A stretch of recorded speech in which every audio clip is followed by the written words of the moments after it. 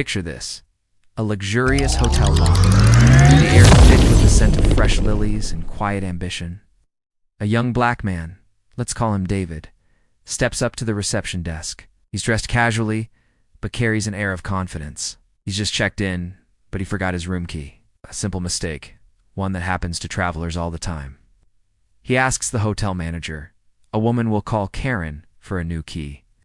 But Karen doesn't see a guest. Her eyes narrow, her posture stiffens. She looks at his hoodie, his relaxed demeanor, and her mind jumps to a conclusion.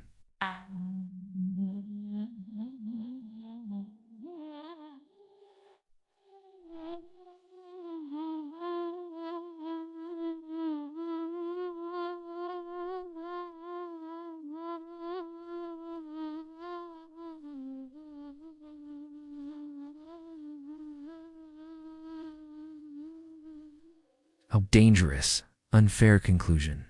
I can't just give you a key, she says, her voice dripping with suspicion. I need to verify who you are. David, a little surprised, explains he just checked in. He offers his ID, his name, his room number. Karen isn't listening. She's already decided he doesn't belong. The conversation escalates. David remains calm, but firm. He's a paying guest. He deserves respect. Karen, however, feels her authority is being challenged. To her, his composure isn't a sign of maturity, it's a threat. Her voice gets louder. Sir, you need to calm down. He wasn't even raising his voice. Other guests start to notice their whispers like static in the air. The beautiful lobby now feels like a courtroom, and David is on trial for a crime he didn't commit. Then, Karen makes a choice that will change everything. She picks up the phone. I have an individual here who is refusing to cooperate. He's becoming aggressive. I need police assistance. David stands there, stunned. Police for a room key? The weight of that call hangs in the air, a terrifying symbol of how quickly a simple request can turn into a nightmare for someone who looks like him. He feels 100 pairs of eyes on him, judging him, fearing him. Humiliation washes over him, hot and sharp. He thinks about all the times he's had to prove he belongs. All the times he's had to shrink himself to make others feel comfortable. But this time, he refuses. He stands his ground, waiting. He knows he's done nothing wrong. The minutes stretch into an eternity. The quiet hum of the hotel is replaced by the approaching wail of sirens. This is it. This is how it happens. 2 police officers walk in, their faces stern, hands resting near their belts. Karen points a trembling finger at David. That's him. He's been harassing me. The officers approach David, their questions sharp and accusatory. What's going on here, son? Why are you causing trouble? David takes a deep breath. He starts to explain, but he can see in their eyes that they've already taken her side. It feels hopeless. The world seems to be closing in. He's surrounded by suspicion, in a place where he was supposed to feel safe and welcomed. He's not just a guest anymore. He's a suspect. The weight of injustice is crushing. Has he traveled all this way, worked so hard just to be treated like this? Just as the officers are about to ask for his hands, a voice cuts through the tension.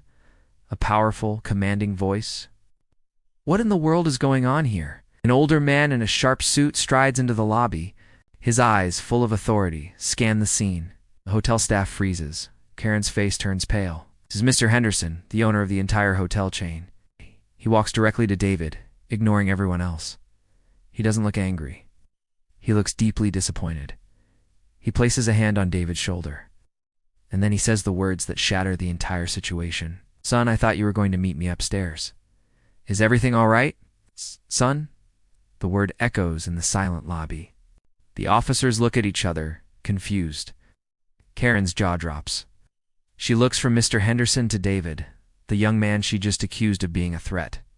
The son of the owner. The pieces click into place. And the horror of what she's done crashes down on her. Mr. Henderson turns his gaze to Karen. It's not a fiery glare, but a cold, hard look of profound disappointment. Karen, he says, his voice low but carrying across the lobby. You called the police on my son because he forgot his key? He doesn't need to yell. The weight of his words is enough to crush her. She stammers, trying to explain, to justify. I didn't know he looked. I was just following procedure. But her excuses sound hollow, even to her own ears. There was no procedure for this. there was only prejudice. The officers, realizing the catastrophic mistake, slowly back away, their presence no longer needed. They look embarrassed, caught in the middle of a family drama that is also a stark lesson in social bias. Mr. Henderson addresses them calmly. "Officers, thank you for your prompt response. But as you can see, there's been a terrible misunderstanding. My son is a guest here. In fact, he's here to learn the business. This is his hotel as much as it is mine." He then turns back to Karen, and the entire lobby waits for the verdict. "Karen," he says, his voice leaving no room for argument, "clean out your desk. You are no longer an employee of this company.